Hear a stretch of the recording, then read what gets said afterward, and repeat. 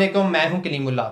आज हम बात करेंगे स्टॉक मार्केट में इन्वेस्टमेंट करने के लिए और शेयर्स खरीदने के लिए दुनिया के दूसरे अमीर तरीन शख्स वारन बफेट के 7 सुनहरी असूल कौन से हैं।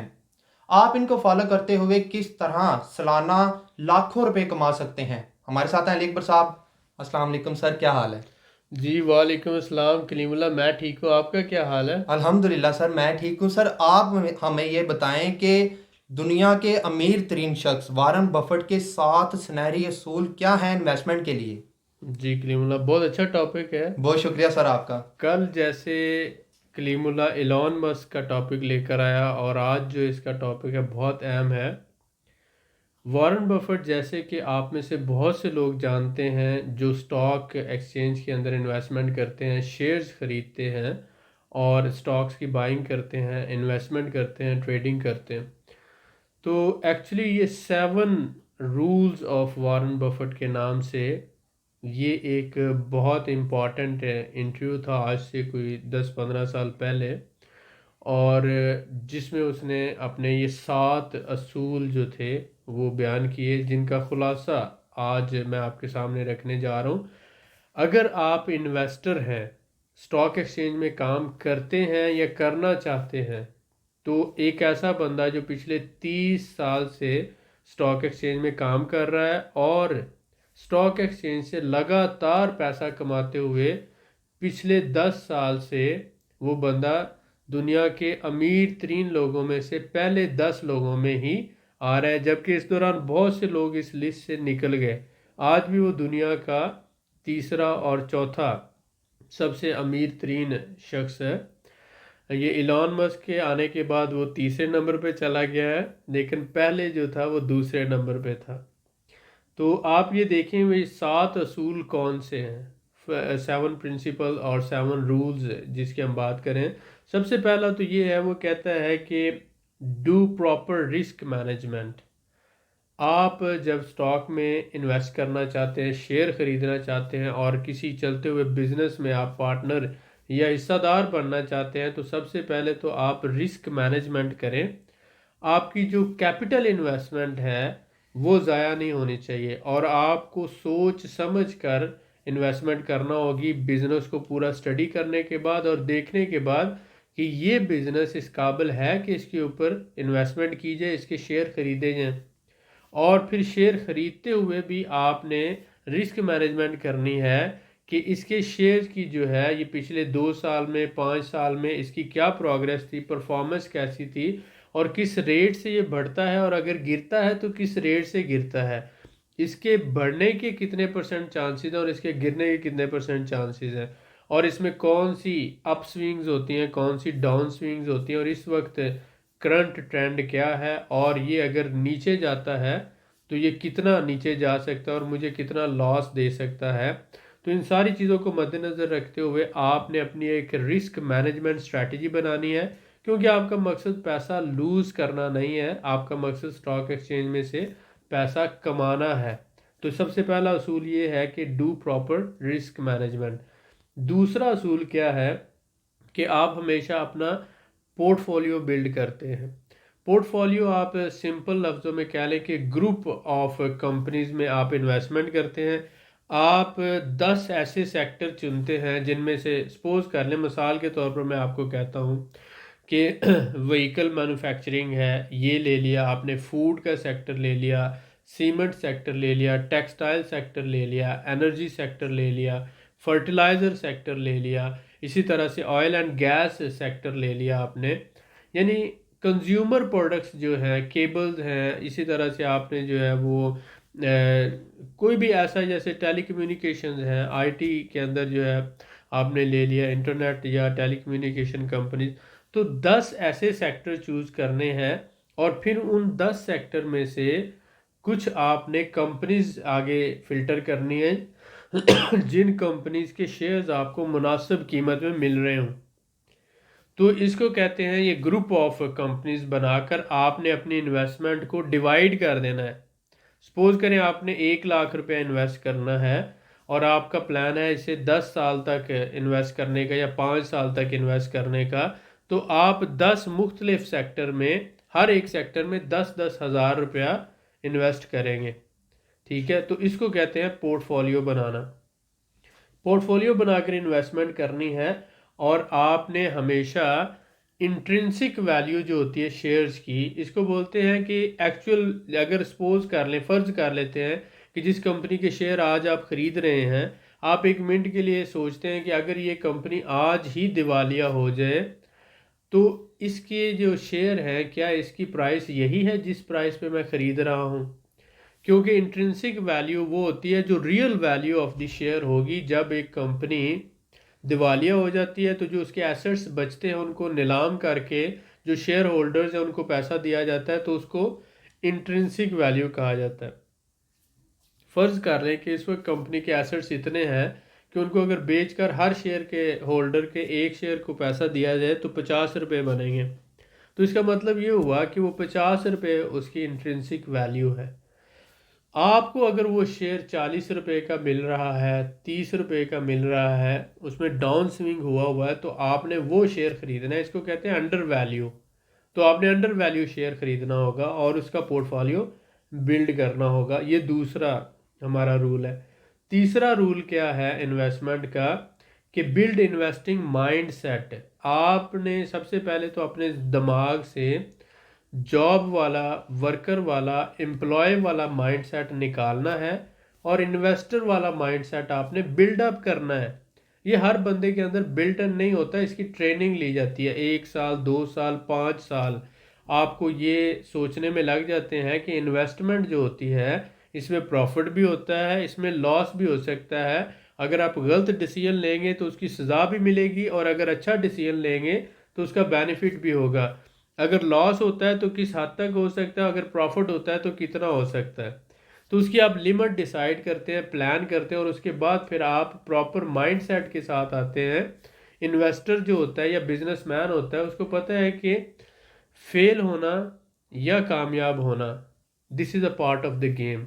जो प्लेयर है, चाहे वो क्रिकेटर हो, चाहे वो फुटबॉल खेलता हो या कोई भी गेम खेलता है, उसको ये पता है कि जीतना और हारना खेल का हिस्सा है। इसी तरह से बिजनेस में भी लॉस और मुनाफा होना ये बिजनेस का हिस्सा है। लेकिन आप अपने नॉलेज को, अपनी एक्सपर्टीज़ को इस लेवल पर लेकर जाते हो कि आपको जीतने के ज़्यादा चांसेस होते हैं, और आपको पता होता है अगर आप हारते भी हो तो आपको पता होता है मेरी कौन सी गलती की वजह से मैं हारा हूँ। अब यहाँ पर सबसे अहम बात ये होती है कि ट्रेडिंग जो होती है वो ज़ीरो सम गेम है। ज़ीरो सम गेम क्या है कि एक बंदा बेच रहा है और एक बंदा ख़रीद रहा है, तो इसको ज़ीरो सम गेम कहते हैं। सपोज करें कि कलीमुल्ला ने शेयर बेचे और मैंने शेयर ख़रीद लिए, ठीक है। अब अगर कलीमुल्ला का लॉस हुआ तो मेरा मुनाफा हो गया, और अगर मेरा लॉस हुआ तो कलीमुल्ला का मुनाफा हो गया। नेट इफेक्ट, दो बंदे हैं, एक बेचने वाला और एक ख़रीदने वाला। अगर मैं बेचूंगा तो ये ख़रीदेगा। तो जब दो बंदे हैं तो इसका मतलब ये है कि जो इन दोनों में से ज़्यादा इंटेलिजेंट है, जो इन दोनों में से बेहतर गेम को समझता है, जो इन दोनों में से ज़्यादा एक्सपर्ट है और बेहतर प्रिडिक्शन कर सकता है, वो ट्रेडिंग में जीत जाएगा। इसलिए ट्रेडिंग जो है इसको एक ज़ीरो सम गेम कहा जाता है, और इसमें जितना आप बेटर ट्रेडर होंगे, वेल जो एजुकेटेड और वेल ट्रेंड होंगे, उतने आप अच्छे हो सकते हैं। लेकिन अगर हम बात करें तो इन्वेस्टर के लिए ज़ीरो सम गेम नहीं है, क्योंकि इन्वेस्टर की दूसरी साइड पे ट्रेडर नहीं होता, इन्वेस्टर की दूसरी साइड पे कंपनी होती है। और यही बात आपको समझ नहीं आती है।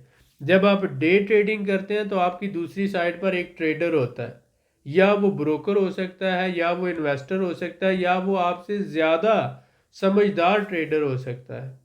लेकिन जब आप 2 साल के लिए, 5 साल के लिए इन्वेस्टमेंट कर रहे होते हैं तो आपकी दूसरी साइड पे एक बिजनेस होता है जिसको आपने ख़रीदा हुआ होता है, और वो बिजनेस जैसे जैसे बढ़ रहा होता है आपको भी वैसे वैसे मुनाफा मिल रहा होता है। इसीलिए ट्रेडिंग में लोग लूज़ करते हैं पैसा और लाखों रुपया नुकसान करते हैं, जबकि इन्वेस्टमेंट जब स्टॉक एक्सचेंज में आप करते हो तो उसमें नुकसान नहीं होता। अब क्योंकि ट्रेडिंग भी होती है स्टॉक एक्सचेंज में और इन्वेस्टमेंट भी होती है, तो ये लोगों ने, जो ट्रेडर हैं, उन्होंने रोना डाला हुआ है। वो बेचारे चीखते हैं, मरते हैं क्या क्या शोर शराबा, कि हमारे करोड़ों डूब गए, लाखों डूब गए, ये हो गया वो हो गया। असल में ये 99% जो डे ट्रेडर्स हैं, जो जुआ खेलते हैं रोज़ाना की बेस पर, नुकसान उन्हीं का होता है। मसलन आज मार्केट नीचे गिरी है, जिस बंदे ने आज से 2 साल पहले शेयर खरीदे हुए 5 रुपए के, आज शेयर बिक रहा है फर्ज करो उसका 100 रुपए का, अगर वो आज 100 की बजाय 90 पे भी चला जाता है तो उसने तो 5 का खरीदा था, 100 पे चला गया और आज एक दिन में वो 90 पे चला गया है, तो नुकसान उसका हुआ भला। उसने तो 5 का खरीदा था, आज भी उसका 90 का है। लेकिन जिसने सुबह खरीदा था 100 का, और उसने 10 शेयर नहीं खरीदे थे, उसने 10,000 खरीदे थे, वॉल्यूम में शेयर खरीदे थे, तो वो जब गिरा है वहाँ से एक शेयर गिरा, मसलन 100 से 90 में आया, तो 10,000 को मल्टीप्लाई 10 से आप कर लें तो ये उसका लॉस हो जाता है। ठीक हो गया। इसका मतलब ये हुआ कि लॉस ट्रेडर का होता है, इन्वेस्टर का नहीं होता, क्योंकि उसने तो 5 का खरीदा था, आज भी 90 का है। ट्रेडर ने सुबह 100 का खरीदा था, शाम को हो गया है 90 का। तो ट्रेडर हमेशा लॉस करवाता है। स्टॉक एक्सचेंज में जिन लोगों का नुकसान होता है वो ट्रेडर होते हैं, और ट्रेडर्स को हमेशा जुआरी कहा जाता है, जुआ खेलने वाला कहा जाता है, गैम्बलर कहा जाता है। क्यों? क्योंकि उन्हें दूसरी साइड पे तो पता नहीं कि ब्रोकर और बैंक मिलकर उन्हें लूट रहे होते हैं। ठीक है, और ये हम आगे आपको तफसील में बताएंगे, और पहले भी इस पे बात हो चुकी है। एनीवे हम जो रूल्स हैं उससे हटना नहीं चाहते। तो आपने क्या करना है कि अपना एक इन्वेस्टिंग माइंडसेट लेकर आना है, ट्रेडिंग माइंडसेट लेकर नहीं आना आपने। अगर आप एज इन्वेस्टर आते हैं तो ये दैट कैन बी बेनिफिशियल। तीसरा हमारा रूल था। चौथा जो हमारा रूल है, search market for value investment. Value investment क्या होती है कि आप ये देखते हैं कि ये बिजनेस जो है, सपोज कर लें इलेक्ट्रिक कार्स की बात कर लेते हैं, आने वाला दौर जो है वो इलेक्ट्रिक कार्स का है, फ़र्ज़ कर लेते हैं। और आप ये समझते हैं कि आज भी कार्स की बहुत अच्छी सेल हो रही है, और आने वाले 10 साल 20 साल और 50 साल में भी इसका पोटेंशियल है, और ये इस वक्त बड़े मुनासिब रेट पे शेयर मिल रहे हैं, और मैं 5 साल के लिए इन्वेस्टमेंट कर देता हूँ। इसी तरह से कोई भी नई प्रोडक्ट मार्केट में आती है, मोबाइल आता है, या कोई किसी तरह का फूड आता है, या कोई ऐसा जो है आपका कोई भी नई कोई भी प्रोडक्ट आ जाती है, तो आप उस सेक्टर को देखते हैं। पहले तो आप कंपनी का देखते हैं कि ये कंपनी कितने सालों से बिजनेस कर रही है, 20 साल से, 30 साल से, और इसने नई कोई प्रोडक्ट लॉन्च की है, और ये जो प्रोडक्ट लॉन्च की है मार्केट में इसकी बहुत ज़्यादा ज़रूरत है, इसका ब्रांड भी है, और इसकी ज़रूरत आइंदा 10-20 सालों के लिए भी रहनी है। तो फिर इसमें आप इन्वेस्टमेंट करते हो, इसको वैल्यू इन्वेस्टिंग बोलते हैं। फर्दर इसमें बहुत से फैक्टर हैं, बट आपको सिंप्लीफाई करके बता रहा हूँ। इसके बाद पांचवा जो पॉइंट है, study and analyse business first before buying stocks. आप जब स्टॉक्स खरीद रहे होते हैं तो आपने उनको खरीदने से पहले, जिस कंपनी के शेयर खरीद रहे हैं, शेयर जैसे कि नाम से आपको ज़ाहिर हो रहा है, शेयर का मतलब है आप हिस्सादार बनने जा रहे हैं। आप जिस बिजनेस में हिस्सादार बनने जा रहे हैं, आपका हक बनता है और फर्ज बनता है कि उस बिजनेस की एक्टिविटी के बारे में जानें, कि ये बिजनेस बनाता क्या है, कब से बना रहा है, और ये क्या बेचता है, किन लोगों को बेचता है, और कौन से लोग इसकी चीज़ें खरीदते हैं, और वो क्यों खरीदते हैं, और मार्केट में इसके कंपटीटर क्या हैं, और इसको अपने कंपटीटर्स पर क्या एज हासिल है, और आने वाले 10-20 सालों में ये जो बिजनेस कर रहा है इसका क्या पोटेंशियल है, क्योंकि मैं इस बिजनेस में हिस्सादार बनने जा रहा हूँ। अगर आप शेयर खरीदने से पहले ये सारी बातों का ख्याल नहीं रखते और बस शेयर खरीद लेते हैं, तो ये आपका डिसीजन गलत होता है। हमेशा बिजनेस को समझे, एक्टिविटी को समझे, फिर शेयर खरीदें। इसके बाद छठा हमारा पॉइंट है, नेवर बिलीव ऑन टिप्स। कभी भी जो टिप्स आपको मिलती है ना, जो ट्रेडर्स हैं कि बस मुझे टिप मिली है, इनसाइड टिप मिली है, वो इनसाइड टिप आपको शिकार करने के लिए दी जाती है। क्योंकि जिन लोगों ने शेयर बेचने होते हैं उन्होंने प्रॉफिट टेकिंग करना होती है। ठीक है, तो अब उन्होंने बहुत कम रेट पे ख़रीदे हुए थे, अब उन्होंने बेचने हैं, तो वो आपको कहते हैं कि इनसाइड टिप आ गई है, ये सारे शेयर ख़रीद लो। तो वो आगे इस तरह व्हाट्सएप ग्रुप्स हैं, फेसबुक ग्रुप्स हैं, मुफ्त में आपको इनसाइड टिप्स दे रहे होते हैं। पैसा कमाने की टिप्स जो है, इनसाइड टिप्स, ब्रोकर आपको क्यों देगा?